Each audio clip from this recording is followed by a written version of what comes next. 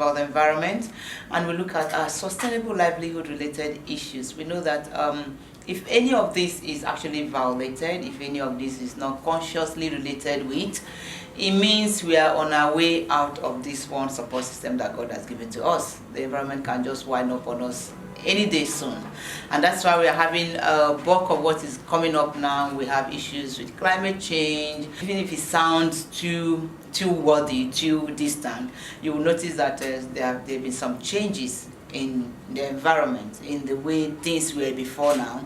You will notice that the rains are becoming shorter, and the period it falls too heavy, that we have floodings here and there. You would have noticed that the farming season, the crop and all that, they don't seem to come up the way they used to be before. It's because of most of our footprints in the environment that we're not too conscious about.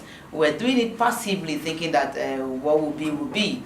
But as it is today, we know that what will be will not really be. Most times the weather gets so hot beyond what it used to be. It's because of what we've done in the past. So, and that is why most countries take time to sign into different treaties, different policies globally, and then they try to domesticate it in their own individual country strength and what is more peculiar with them. And that is what come up with most of our regulating agencies. And one of them is NESREA. NESREA regulates everything that has to do with our environment, our biodiversity systems, and then to make sure we live in a healthy and survivable environment. And today's edition, I have this honor of having the DG of that agency, NESREA, with me today. He is going to just take us through the key focal point of what is their focus, and then where you have a role to play, because it's not just a one-sided thing. We'll not just sit down and say it's government or government is government.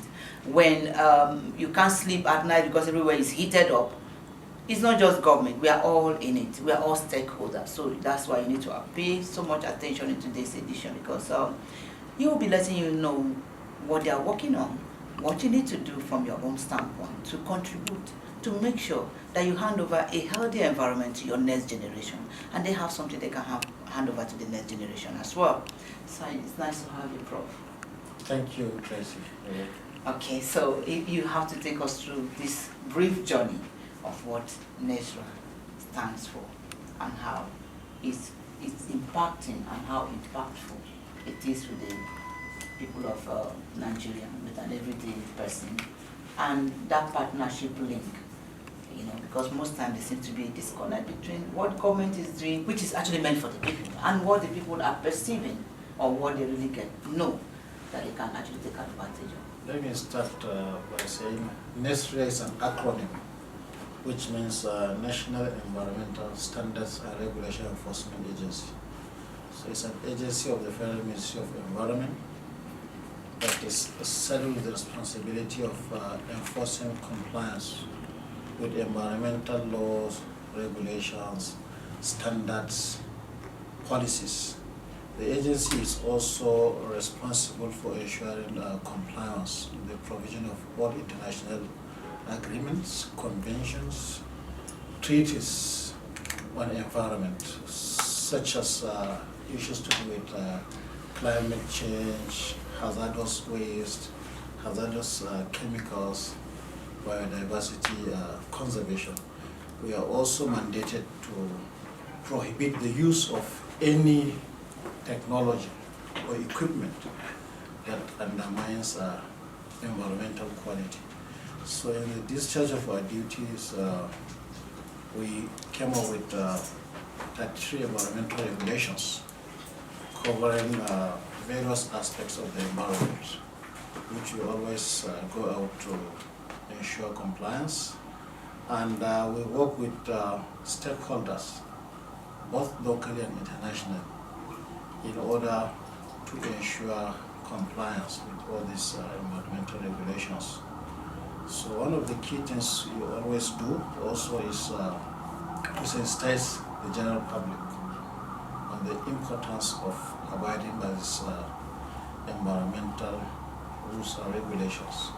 So the vision of the agency is to ensure a cleaner and healthier environment for Nigerians, while our vision is to ensure that the vision of the vision I've set is to stimulate personal and collective responsibility in building an environmental conscious society for the achievement of sustainable development in Nigeria.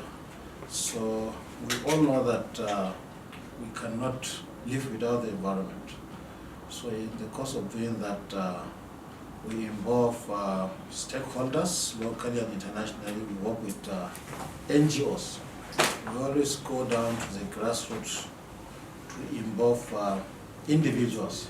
So in the course of that, we came up with some form of partnership.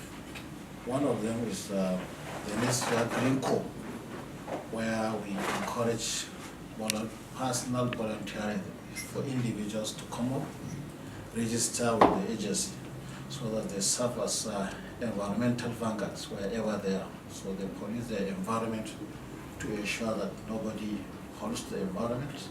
They also carry out sensitization. So when you have issues to do with sanitation and waste disposal, it's not possible, for instance, to have the agency everywhere all the time. So when you have such type of volunteerism, they would assist the agency a long way in some of these environmental issues. Those issues that they cannot address, they can easily report to us.